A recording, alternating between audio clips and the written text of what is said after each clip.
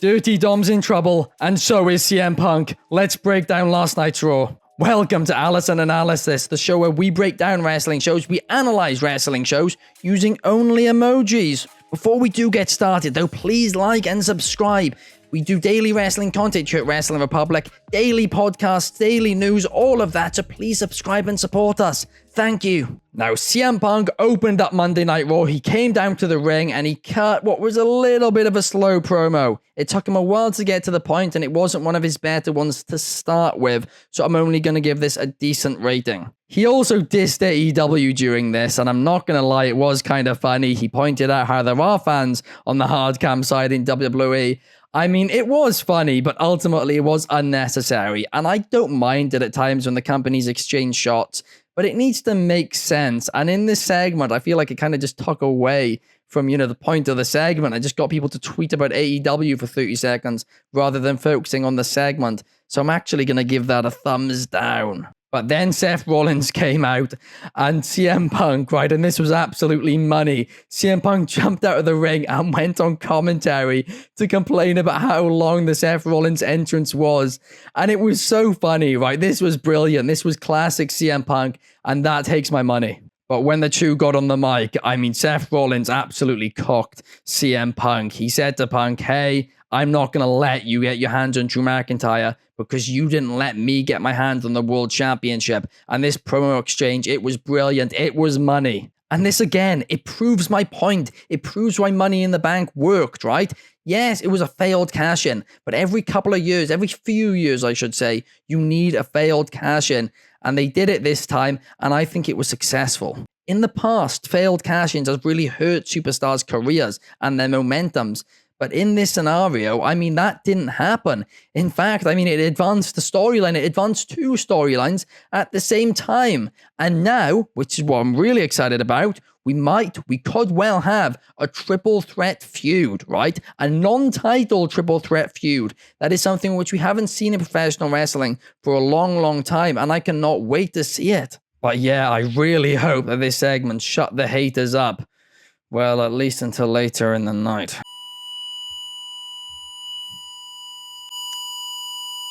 Right, now the fire alarm's gone off, let's get back to business, shall we? Jey Uso then took on Chad Gable, and of course, the Wyatt Six got involved. They dimmed the lights, and Jey Uso got the dubbaroonie. This was decent, it was fine, but obviously it was just to advance the story, and it did its job with that. The Wyatt Six then, appeared. Nikki Cross handed over the tapes to Pat McAfee. I'm loving their presentation, that gets a thumbs up from me. Pete Dunne versus Bronson Reed was up next, and I'm really surprised, right, at the fact that Pete Dunne took an L here. Now he's a singles competitor while Tyler Bate is out injured. I was really expecting Triple H to push him to the stars, but I guess that's not happening. Bronson Reed did get the dub, and I mean, it was a good match, right? It absolutely was. It was entertaining, and Pete Dunne did get a lot of offense in, so he didn't look weak in defeat, but I was just surprised by it. I mean, when he was in NXT, Triple H was so high on him. He was pushing him. He was taking photos with him like nearly every week. And I mean, he's just not been booked that well since his call-up. But up next, I did have a little bit of an issue because Damian Priest said to Seth Rollins, hey, that gentleman's agreement we had, let's get rid of it. And this now means that Seth Rollins can challenge Damian Priest for the championship once again. So in other words, why on earth is Seth Rollins upset with CM Punk? This entire promo backstage is just completely destroyed everything they built in that opening segment, right? Maybe that's an exaggeration. It's not destroyed it, but it's made it a lot less meaningful and a lot less impactful as well. I really don't understand what the point in this was, right? Maybe they have decided that, hey, Damian Priest is going to retain over Gunther, and then Seth Rollins is going to win it off to Damian Priest at a later date. But I mean, that's stupid to begin with. But I just don't think this promo was necessary, right? I get they're turning Damian Priest's face, but you didn't need to do this. You could just have the two men shake hands backstage and move on, right? You didn't need to do this. Sami Zayn then came out and cut a good promo, and Bron Breakker came out and ended up attacking him. A very fun and enjoyable segment. It'll get a thumbs up. But it kind of just highlighted the point to me of why on earth did Sami Zayn beat Bron Breakker, especially if they're going to do a rematch now. I don't like it, and I don't think Bron Breakker should have taken an L this early. I've said it before, and I'll keep saying it, although I do love this new Bron Breakker theme and entrance. We then had Braun Strowman and Awesome Truth team up to take on Carlito, Finn Balor, and JD McDonough. This match made the Judgment Day look like idiots, but it was also a lot of fun. The crowd loved it, and in the end, Finn Balor did get the win, right? I mean, I might be complaining about it a little more if Judgment Day didn't get the win because they were just sparked like idiots in this match, but they did get the win, so hey, I'll forgive it. But my question is, why is Carlito still in the Judgment Day? I thought this was a short-term thing, not a long-term thing. I mean, how is he just snuck in there now permanently? I'm so confused by it. And I don't know if I actually even like it, right? I mean, hey, maybe Rhea Ripley's going to kick him out next week or something, in which case I'm fine with it. But if he really is just in the Judgment Day now, I don't know how to feel about that. We then had another Wyatt 6 promo package, and once again, this gets a subtle round of applause. These promo packages are brilliant, and this time we got to see some of the other characters as well. And even more interestingly, after the segment, Bo Dallas was in the office of Adam Pearce. They were having a meeting. I mean, I'm not going to lie, I do like how they're having, Bo Dallas be the sane spokesman for the group, where when he's not playing Uncle Howdy, he's, he could maybe talk to GMs and stuff like that and explain certain things.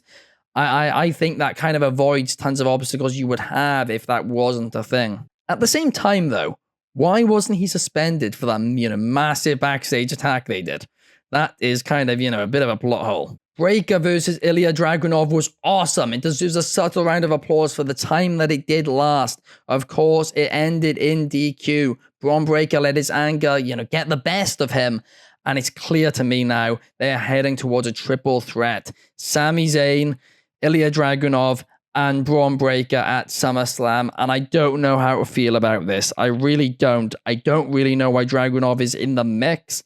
I mean, I don't know why Braun Breakker's not just champion, if I'm being honest. I'm guessing maybe they're leading to Breakker versus Dragunov at Bash in Berlin.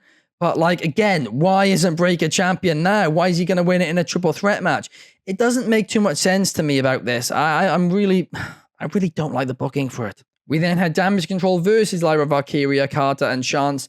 And this match, it was fun. It gets a thumbs up from me. Nothing special, but it was fun. But after the match, Zoe Stark, Shayna Baszler, and Sonya Deville, who they are now with, brutally took out Damage Control. Io Sky said Damage Control needed a change. Is that change becoming babyfaces? I'm not sure about this, but what I am sure about is this attack. It was very well done, it felt shocking, and I enjoyed it. Gets a subtle round of applause. Also, not to mention, I'm just really glad Sonya Deville is back on TV and in the ring. Then in the main event, Dominic Mysterio and Liv Morgan against Rey Mysterio and Zelina Vega. This match was okay, it was fine. In fact, it was a bit better than fine. It was fun, it was enjoyable, it'll get a thumbs up. But ultimately, this was just all building to what would happen afterwards. And what would happen afterwards was certainly money. It can take my money because, well, Mammy is back. Dominic Mysterio was on top of Liv Morgan. They were about to kiss. And then Rhea Ripley returns, and she was fuming. Dominic Mysterio couldn't believe his eyes. Liv Morgan was sprinting, running away. She stormed down to the ring and got in his face. He tried to hug her. She wasn't having it. She is not happy, and understandably why. She just saw her man almost kissing Liv Morgan. Ooh, this one's getting all a bit dramatic. Poor Dom, he started the night with chicken tendies and 2 girlfriends, and he ended the night with no chicken tendies and no girlfriends. But what he did end the night with as well was a win over his father. He finally pinned his dad.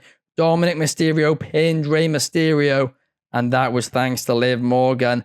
I think they're going to use that next week, and I think we're about to see the split of the Judgment Day. Finn Balor, Liv Morgan, Dominic Mysterio against Damian Priest and Rhea Ripley. This is going to be fun. There are so many different ways they can go from here as well. They could do Liv versus Rhea as early as SummerSlam, or they could hold it out for quite some time. They don't need to rush this. But overall, this week's episode of Monday Night Raw actually strangely wasn't quite as good as recent week's episodes, in my personal opinion. I'm saying that, but Raw has been on a phenomenal run the last few weeks, right? So maybe I'm being a little harsh about it in comparison. But overall, I will give the episode a thumbs up. But other than the Seth Rollins and Punk interaction and, the ending, I thought the rest of the show did its job. It wasn't bad, but it also wasn't anything of note. So I'm not going to give it higher than a thumbs up, but let me know what your thoughts are in the comments down below. Thank you so much for watching. If you did enjoy, please hit the like button and subscribe as well. I will be back tomorrow